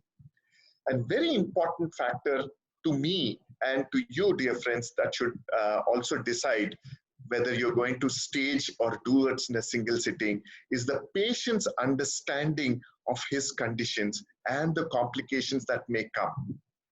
And the worst patients are patients with unrealistic expectations. So whether you're going to do them all in a single sitting or you're going to stage them, when you look at it from a patient perspective, all these matter. What about disease perspective? Now, disease, when you measure it, you use the metrics of measure, which are AHI, ODI, whether they are mixed apneas. That means, are there any kind of a central component involved in all this? What are the associated comorbidities? Does this patient have uncontrolled diabetes, uncontrolled hypertension? Because these factors play a role in the postoperative period. If you have an uncontrolled diabetic and hypertension, which could be because of sleep apnea, you don't want to take this patient up and do everything in a single sitting. If you are in a medium-sized nursing home, you would probably want to take this patient and do it in a tertiary care hospital. The third very important factor is the availability of expertise to handle any eventuality that may arise from these conditions. For example, patient has hypertension. You've done an excellent surgery. In the postoperative period, the patient starts bleeding. And there is nobody there in a medium-sized nursing home to take care of this. So obviously, you need to be careful when you do such procedures. What are the hospital factors? Is there an HDU available? Are the nursing staff there adequately trained to look for those? So you may have the brightest of the nurse who's cardiac trained, but who cannot basically look at an edema in the tongue or some kind of an impending airway obstruction. Are there specialty doctors in terms of critical care physicians who can take care of any eventuality that might crop up? So you may be doing a single stage multi-level procedure in a tertiary hospital, but does that hospital have all these facilities? They might be calling themselves that. So your decision also should be based on hospital factors. And dear friends, your own factors. What is your experience in dealing with these procedures, your experience in dealing with tongue bases, your experiences in dealing with complicated multi-level surgery, your attitude, and your assistance that is available to you. I mean, are your friends available? Is there anybody? Because when you are in stress, when somebody is bleeding, if you don't have the right attitude, you're obviously not thinking right. Obviously, you would need help. So, do you have assistants, which is who are adequately trained to help you, and who are also not panicking like you to make the situation worse? When it comes to anesthesia, and if you look at this chart, if you look at ASA grades 2 and 3, obviously the serious complication rates are quite high in OSA patients. There's another term that I would like to discuss with you. It's called complete arousal failure. Because these patients are arousal dependent for their survival. So when you give opioids, when you give paralytic agents in general anesthesia, these can precipitate what is called as a complete arousal failure, leading to unexpected death because of respiratory failure, because the patient is unable to arouse himself from the anesthesia. And this is data that's out there that says that this is a nationwide surgical sample, showed that OSA patients are 1.86 times more likely to develop pulmonary complications and 1.6 times more likely to have cardiac complications. So it is important that these patients are not your regular septoplasty patients. So whenever, even if you want to do a staged procedure, when you want to do a septoplasty or a turbinate reduction just to make your patient CPAP compliant, you need to understand that these patients are coming with that excess baggage.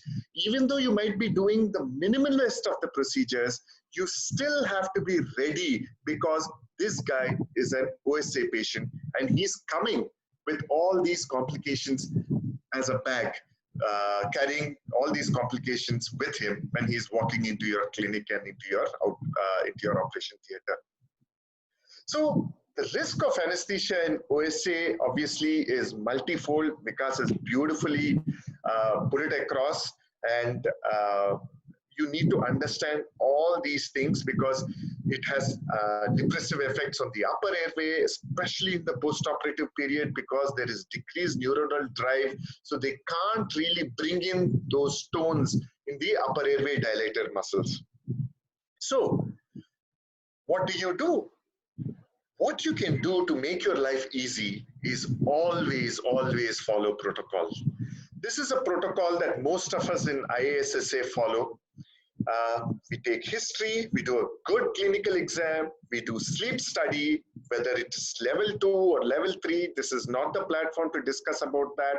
We have our guidelines in the website that you can go through and come to a diagnosis on. We do sleep endoscopy, you can do a dynamic MRI as well. And if we see any kind of a clear static obstruction, we do clear them off. Whether you want to do it in the same sitting is something that you need to take a call based on all the precautions that I've spoken to you about. We all give CPAP trials, and if you think that you need to give a surgical intervention, you will decide whether you will give a do a skeletal procedure as a first stage, as a first procedure because it's a skeletal patient, or you will do a soft tissue procedure. Lifestyle modifications and myofunctional therapy are something that we give for all patients.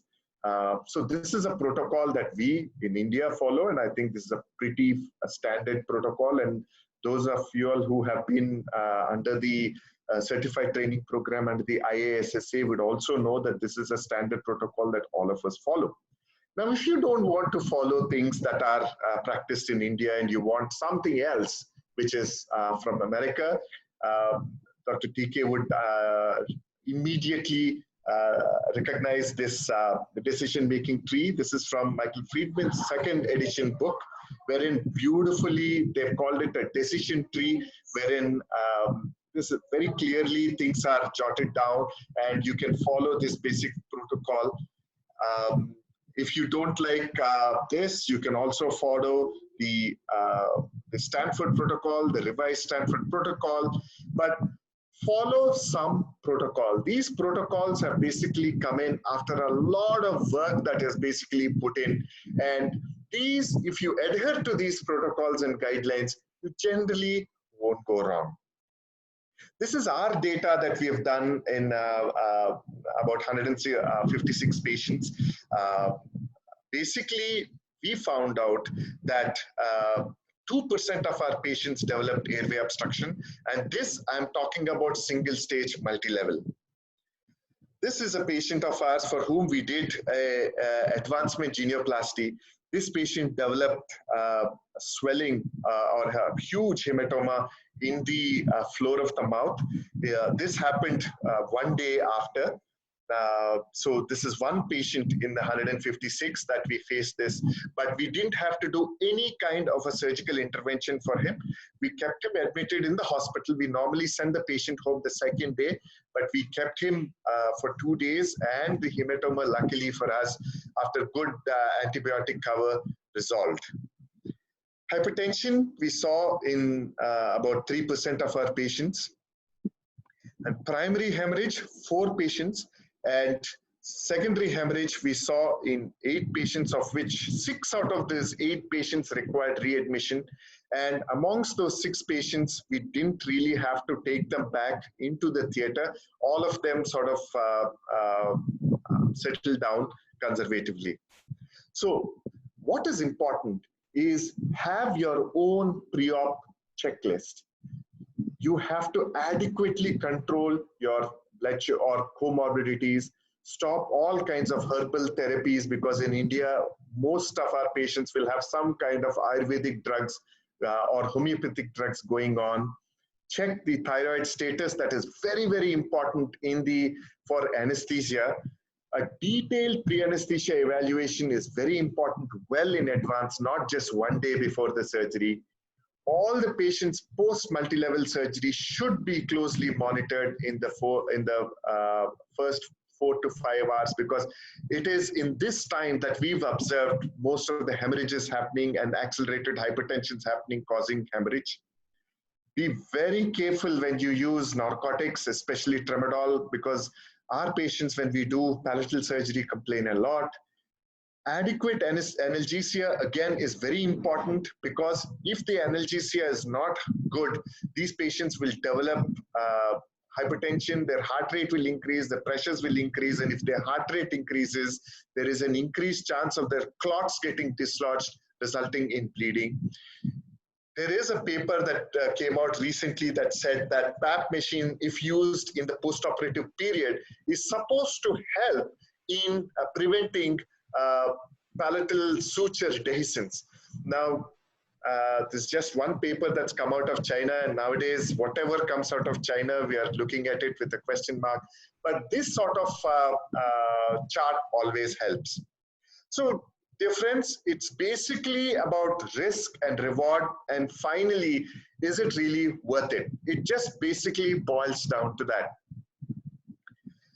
But when it's really scary to jump, this is exactly when you jump.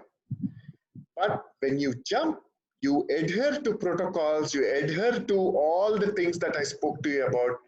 So when it is exactly the time to jump, if you don't jump, you will stay where you are, and your whole life will move away from you, and you will stay where you are. Thank you very much.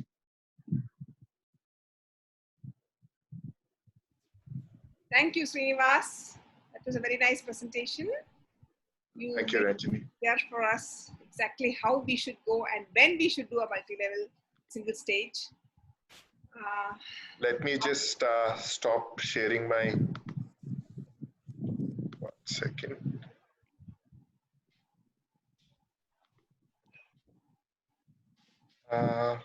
One second, let me.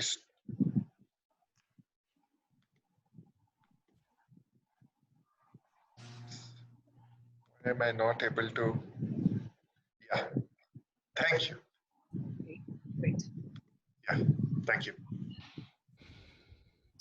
I think there is one question I think either you or Dr. Venkatesan can answer. Question is from Dr. Annapurna from Visakhapatnam. She asked, when can we start doing elective nasal surgeries and semi-elective nasal surgeries for nasal block during this COVID season? I would ask Dr. TK to take that question. And that is actually, I think, Annapurna Rao. Yes. So he's a mister. Okay. Sorry. Happy to take that question. I think I briefly mentioned it in my talk that the timing to start elective surgery is driven by multiple factors, one of which has to be patient's ability to reach the hospital and the medical providers, which is all based on lockdowns and movement of patients, whether for health reasons or otherwise, which is being monitored by the government. Hospitals have to have the capacity to admit patients and monitor them. It has to be like what Srinivas was saying, worth the risk for patients to come in for an elective nasal surgery during COVID times, understanding that they may pick up something they didn't quite bargain for. Hospital ICU bed availability is a challenge, and ventilator capacity, that is how many ventilators are available. All of these, with the existence of access to personal protective equipment, hospitals decide when it is safe to allow surgeons to come in. Because again, Srinivas' slide on risk-benefit analysis and is it worth it? So hospitals do not make their money on emergency surgeries. They thrive on elective procedures, bread and butter cases. But they have to look at their image. If they bring in a bunch of patients when they are not ready with their protocols to manage them in these COVID times, they will have a negative messaging and a negative image to deal with. So I think it's driven by numerous factors and your own comfort level.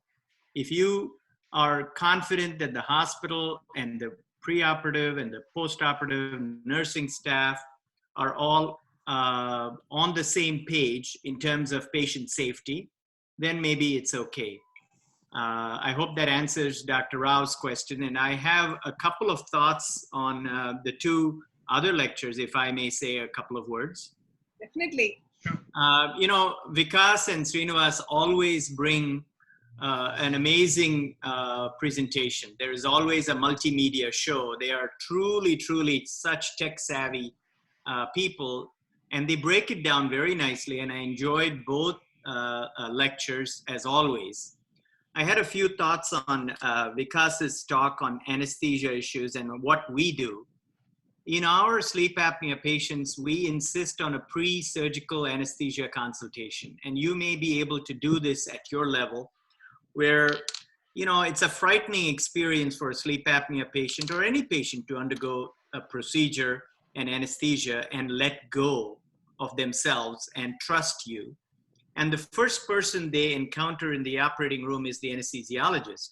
So getting to meet the anesthesiologist beforehand and for them to develop some kind of a comfort level, not just meet them on the table, is an important thing for our group where we do a lot of sleep surgery. The second thing was, I liked one of the slides Vikas showed where the anesthesiologist was using a two-handed mask technique, where someone else was managing the bag and the mask was a two-handed mask. I think that's very important because some of these sleep apnea patients, it's a challenge to get a good mask fit and to move enough air. It's based on the level of relaxant that's on board.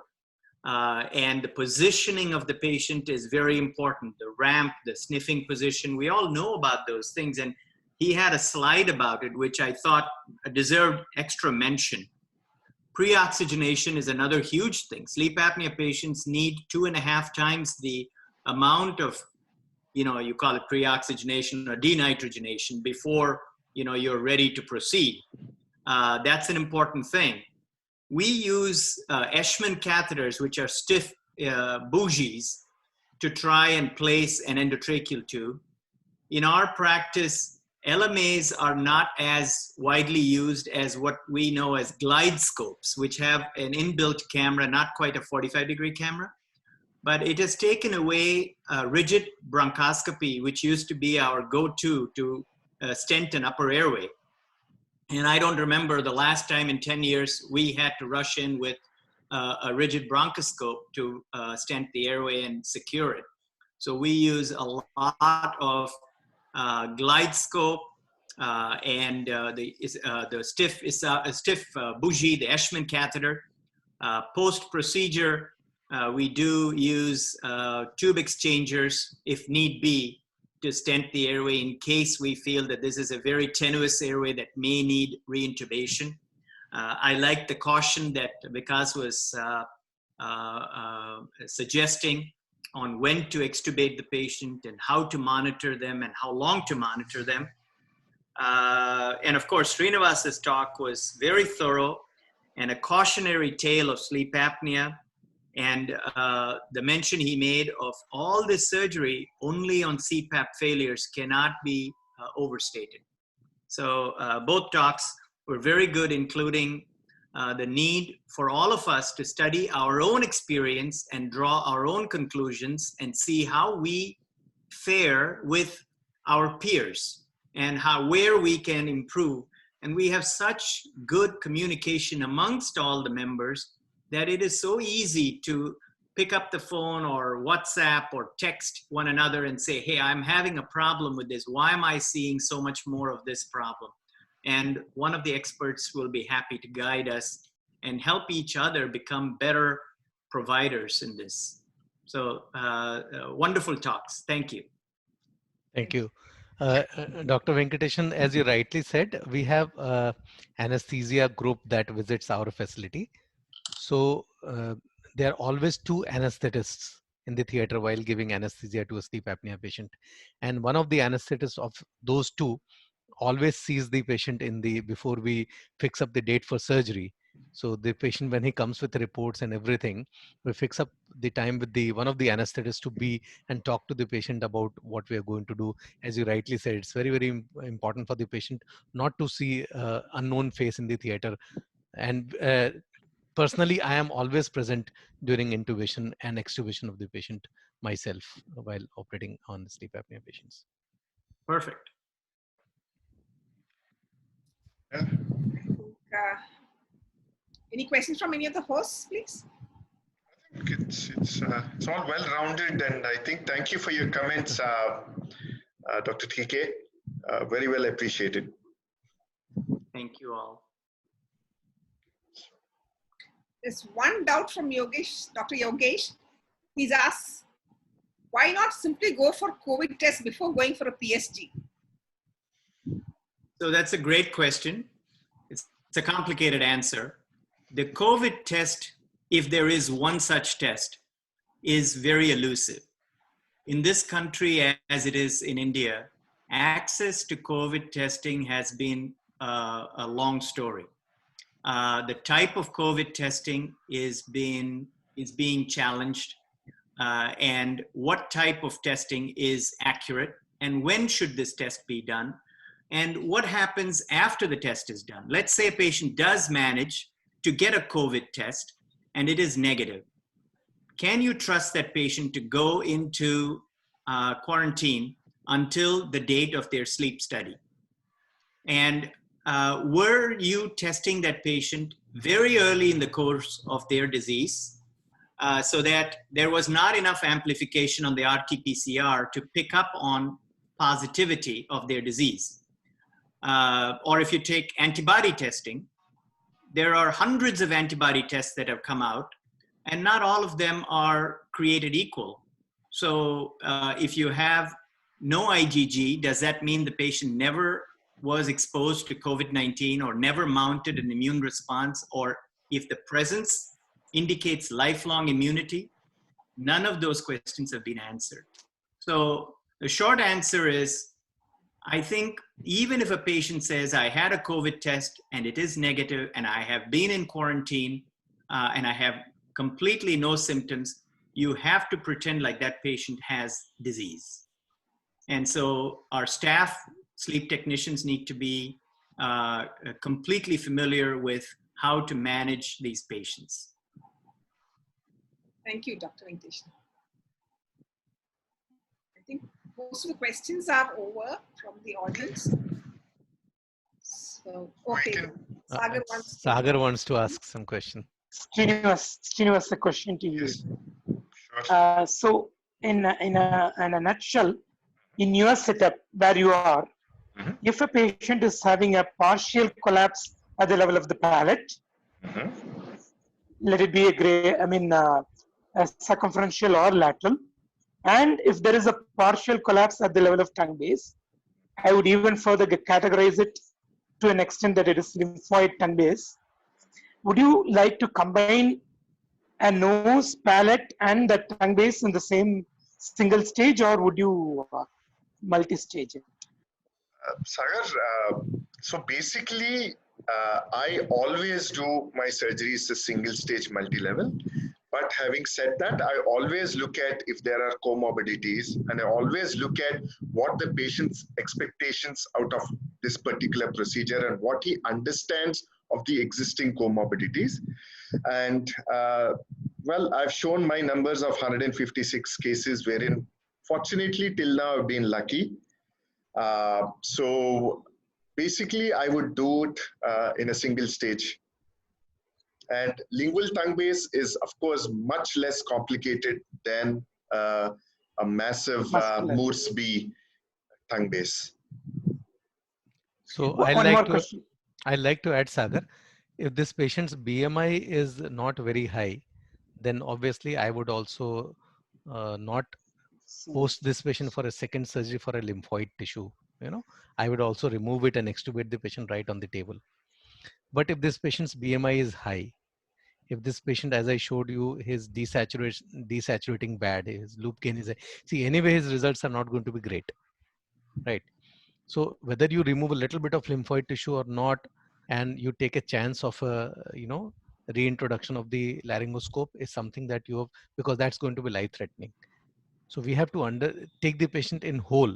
You cannot define that if the two things are there, I'll do this. Two things are there, I'll do this. These are only guidelines to tell that if the tongue base is large, then you do not do this. Surely I would think Srinivas would agree that if it is a large muscular tongue base, he will definitely not pack up the nose. He will not extubate this patient on table. So we need to understand that OSA is a syndrome complex, and it's just not about anatomy.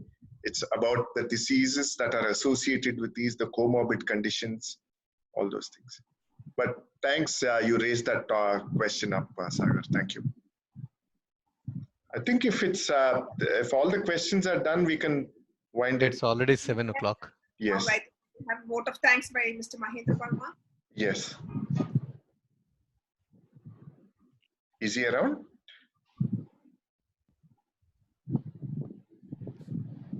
Seems to be online, but yeah, I think might have gone for a coffee Sunday evening. So yeah. if so Naveen sir is there. If Naveen sir is there, he can possibly. No, I think we didn't even Mr. Sahai also didn't introduce. So where is Mr. Sahai? You do not see him online. Yeah, so probably Mr. Sahai has another seminar to start over. Yes. So I think, sir, you can do the honors. Yeah, my sincere thanks to Dr. TK for sparing the time and coming and sharing your knowledge with us. Thank you to two of my buddies also who has been always there. And thank you, Ranjini, for, there he is. Mahendra, please. He has to unmute himself. So thank you, Ranjini, for moderating this session. Mahendra Varmanji, over to you for your final comments. Not listening. Hello. He's not listening. He's basically taken his headphones off. Yeah. Oh, okay. Yeah, tell Dinesh, tell Mahendra Varmanji that he is on. No, I'm trying to unmute. He is not getting unmuted also. Dinesh. Something. Dinesh has No to- worries, yeah, sir. I think- No worries. Anyway, my sincere thanks to everyone Yes. for participating in this, and we will meet again. And this program is recorded, so it will be available on our website at iassa.in into an ENT classroom section. Only one lecture which we have missed is which was not recorded the previous one, but this will be available, right? To all the viewers, thank you for joining us. Thank you.